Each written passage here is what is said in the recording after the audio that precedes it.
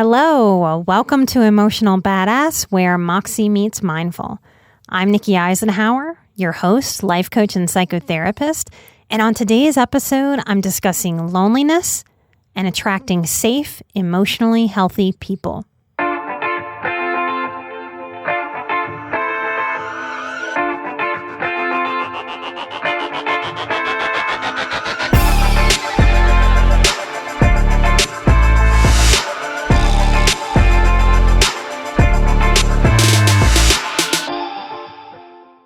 Loneliness and isolation have to be in the top 5 of HSP struggles.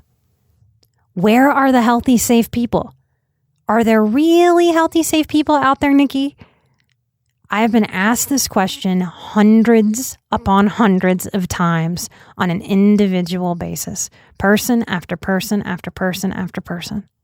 And well before COVID. If anything, the pandemic took pressure off of having to assimilate with the masses. And with that pressure off, maybe a newfound awareness has washed over a lot of highly sensitive people, realizing, wow, when I get out of the chaos of hustle and bustle life like we were doing before COVID, and when I really sit with myself and look around, I might not have many people on the true friend and trusted list. Or in the past year or two, I have heard more adults losing friendships, and this has been true in my personal life too. The average highly sensitive person has felt and met many people across the span of a lifetime who have average to lower empathy, average to lower insight, average to lower conscientiousness and consideration. And we've met lots of people who take advantage or bulldoze our sensitivities. For this episode, I ask you to understand energy. Even if that sounds woo-woo and stupid to you, just consider it for this episode. Adults who grew up with moderate to high levels of chaos and dysfunction were sort of forced to attune to a dysfunctional vibration. And you know energy is real, not because the woman you met in yoga a few years ago said she's into Reiki energy healing. You know energy is real because we've all walked into a room after someone had an aggressive exchange, a fight, and we could feel the tension. That's why we can say, oh, we can cut the tension with a knife. That's where that saying comes from. So logically, survivors and highly sensitive people, we crave safety, connection, reciprocity, and compassion with healthy people. But energetically, we may have been attuned to the opposite. And this is depressing as all hell. Why? Because the depression gremlins creep in, and we don't realize we are stuck in this shitty energetic loop that feels like a trap. It's a trap of continuing energetically to attract low vibe, low compassion, low honesty, low conscientiousness people into our lives, which makes it seem like that's all that's available. I really believe that this right here that I'm naming today drives much suicidal ideation and action. It can feel like there's no way out. This dynamic starts to eat its own tail in a sense, doubling down on the struggle. How? Because the more you put yourself out there while attuned to funky energy, the more you attract funky energy. The more you prove the desperateness of the peopling situation, the more you feel like a broken failure and withdraw from even trying to connect with new people. Or you try again and get the same funky energy and feel doubly deflated, defeated, exhausted. And that gives a lot of permission to give up on people and to be very, very lonely. Here is the kicker that can absolutely turn this dynamic around and be life-changing and affirming. And I don't throw the life-changing words around easily. You don't hear me say that on every episode, do you? But this is life-changing. I changed my relationship with myself. Because the truth was, in my younger self, that as high empathy as I was for babies, for dolphins, or for the homeless, I was harsh and cruel and flogging of myself, driven by negativity and impossible perfectionism.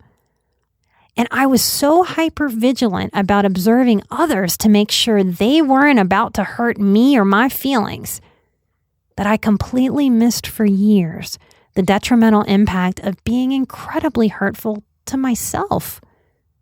If I called myself a stupid bitch, a lazy bitch while in adrenal fatigue before anyone else did, well, it wouldn't hurt as much, would it, if someone else came along and said it?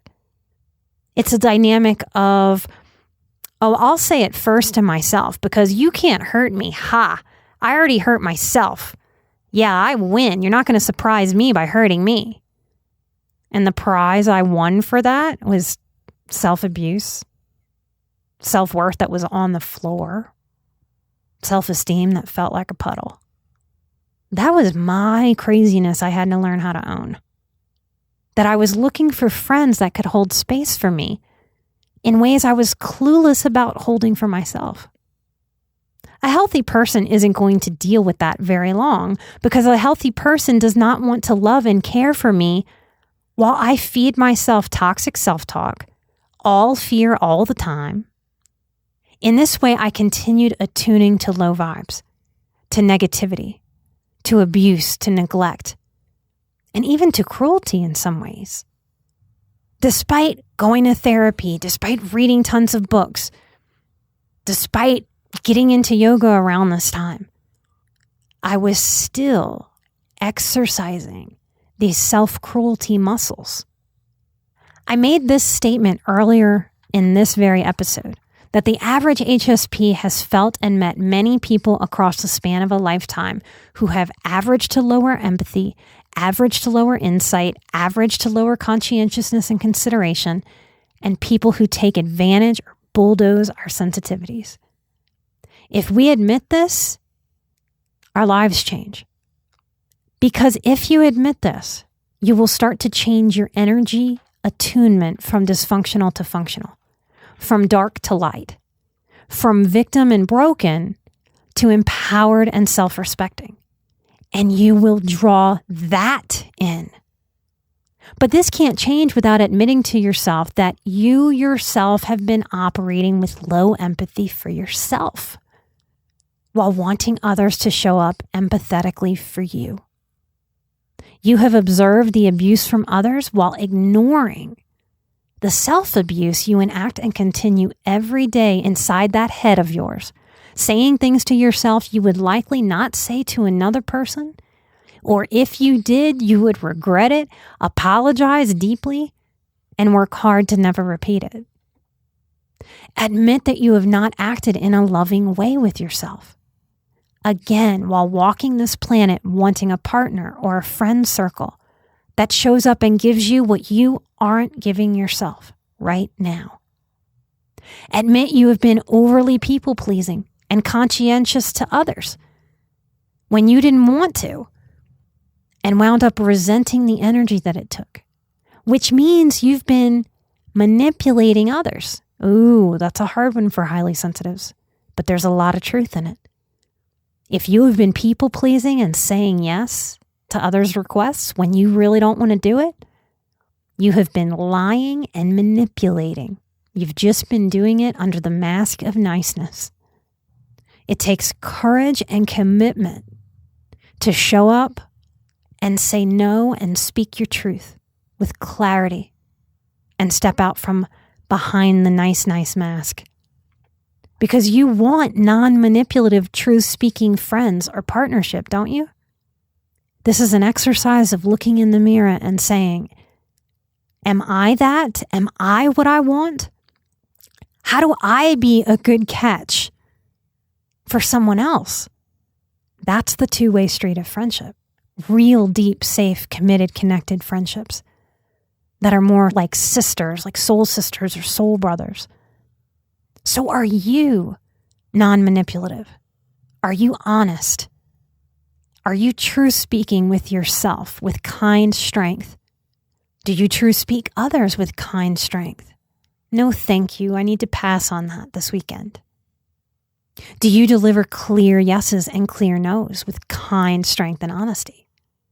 And do you respect your energy, your limits on time, not allowing yourself to be unnecessarily drained in the name of passive-aggressive niceness. So again, the loneliness in us wants friends who aren't draining. But are you participating in draining yourself? And do you disregard yourself and allow yourself to be drained in the same ways over and over and over again? The last thing to admit on this personal responsibility journey that can absolutely change your vibration in the world and attune you to healthier people because you show up more healthy for yourself is to admit in having bulldozed and shamed your own sensitivity. We can understand where that comes from. We live in a world that does not necessarily respect sensitivity, so we learned it honest, like we say in Louisiana. But you can seek a different knowledge about your sensitivity, a different respect level and friendship level with yourself. It won't work the other way. It will never work to just want others to respect and honor your sensitivity, while secretly you don't. Do you see how misaligned that is for your goals of getting outside of loneliness? Does this show you where you need to do some work? I'm not talking about the kind of bubble bath kind of self-love, self-care, but the deep, real shit of honoring this person that you are, everything you've experienced and overcome. I challenge you to start using some of that high sensitivity, pig-headed stubbornness that I believe is fairly dominant as a characteristic in our tribe. I certainly have it. But I don't use that stubbornness to my detriment anymore. I use it to get pig-headed and stubborn about respecting myself, about leaning into the light. I want to challenge you to celebrate your quirks. Celebrate your achievements. Celebrate the way you love your pets. Let that be a guru about what I'm pointing out, that you love yourself the way you love your pets. That you start loving the sound of your own voice. So many of us have been silenced. So many of us have struggled to find our message, our voice. Love on that part of yourself. Respect, honor, celebrate how special, how sincere and unique your perspectives are. Notice the things about yourself that make you uniquely you. Do you have a special little twinkle in your eye, a way that you glow? Does someone in your life tell you things like, hey, you're smart? And do you dismiss them like they're liars when you could embrace that and love yourself with it and through it? Do you love the way that you hug someone that you love and miss? Do you like your handwriting, the way you write or play? When you act in love with yourself and embody the types of friendships and romantic relationships you crave, within the relationship with yourself, you attune energetically to what you want instead of what you've known. Because you've done a lot of the hard work to get to know your true self. It's a journey to get to know your true self free from the effects of a difficult childhood. Because a difficult or chaotic or neglectful childhood teaches all of us some things that are just flat out wrong about ourselves. It teaches us ways of being with ourselves that are incorrect, that are not useful. And you don't have to come from a super dysfunctional family to get that. The way our world family shames sensitivity is enough. When you show up for yourself in such a way, your energy changes, and what you attract reflects that. I hope this episode shines some light on some loneliness corners in your world, some ways that you can do some work on that has nothing to do with that next person being in front of you to work on it with you. I hope today's episode helps you let go of any and all story of wondering if healthy people are out there. They really are, y'all. And none of us are perfect. But people who are committed to personal responsibility and willing to practice personal ownership are generally pretty safe, and they're out there. You get to become one of the healthy that are out there. That's because someone else is waiting to connect with you. Do you understand that? You working on your healthy relationship with yourself isn't just for you to make a friend. It's for someone else out there to make friends with you too. There is someone out there, more than one person, who is waiting to find a connection and refuge within you too. You are waiting to find connection and refuge within you. And when we do this work and we start going out into the world and we connect with a real live person other than ourselves, yeah, it's scary. It's vulnerable. And we have fears. What if the relationship doesn't last? What if it disappears? What if I mess it up? But when you're coming from a place of having practiced truly loving yourself and being your own best friend, even if a relationship doesn't last, simply because not all relationships are long hauls. Some are short and impactful, meaningful, and you'll remember them forever, but not every relationship is supposed to last forever. So if you lose a relationship that you thought was for a lifetime, and you've been practicing being your own best friend, you won't be left in a despair hole. And we never want to get into the despair hole, because that's where the depression and suicide gremlins are eagerly waiting to feed. And the reason that being your friend keeps you out of that despair hole is because your inner child, in that moment of loss, looks up at you and sees safety, love, respect, friendship, care. And in that moment, your inner self knows they are never, ever truly alone, because you have done the work to embody being your own very best friend and resource. This is truly the safety that we seek as survivors. We're in year 4 here at Emotional Badass. We just recently celebrated hitting a major goal on our Patreon. But a big way that you have helped us since the beginning has been working the funky iTunes algorithm.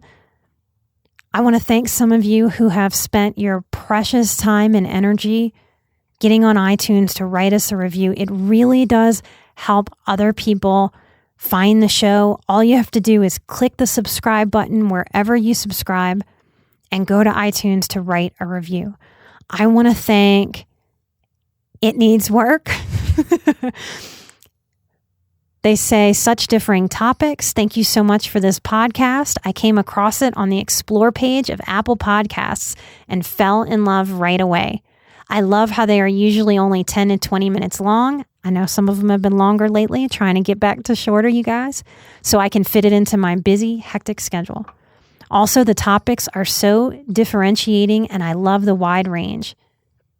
Almost every single podcast includes words of wisdom that I needed to hear on a daily basis. Thank you so much. I want to thank In Paradise Me. They say, wow, simply speechless. There are no words to fully describe how amazing this, how amazing this woman and her podcast are. None. You get me. I sincerely hope that this podcast and Nikki's spark spread like wildfire. Her words and her voice have gotten me through many dark and lonely days. Each episode seems to catch me right where I am in that moment. It takes my breath away. Nikki and her support team, that is Chris, that is Kat, and that is now Ruth, because y'all helped us on Patreon, really hit that goal. Thank you. This tribe is so worth taking a chance on. Her show challenges. Thank you so, so much. I want to thank Summer AVR for writing a review. See, it's a little cut off on my page. I can't read it, but they're asking me to talk more about narcissists that pose as empaths and highly sensitive people. Yes, that is happening a lot, and I will talk about that more. Thank you, thank you, thank you. I want to thank Golfmaster 2296. They just say, I love the intro music. I'm so happy you love the intro music. We probably spent months really finding the music for this show. I want to thank AMYR. They say, wow, recently and finally realized I am an HSP, and this is amazing. I'll read one more. Thank you, Chris, with a whole bunch of numbers behind it. They say, calling all HSPs, this is for you, capital YOU, and for me, coincidentally. Love this podcast. Thank you, Nikki. Thank you guys for sending the show such love. I'm so in awe. We reach almost every single country across the world. If you'd like to share this episode or any episode to help continue being our marketing team, it's probably easiest to go find us at emotionalbadass.com, where you can share every single episode.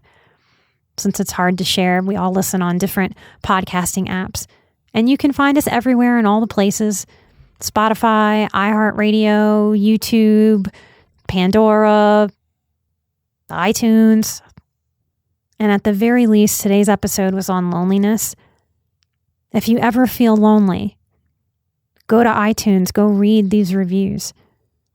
You are most definitely not alone on this planet with your sensitivity. We're out there. And now that you know what that is, and you're learning how to respect and honor your sensitivity, you're going to be able to connect with more and more highly sensitive people as you move through this journey. Light and love. I'm an emotional badass. You're an emotional badass. And together we are where Moxie meets mindful.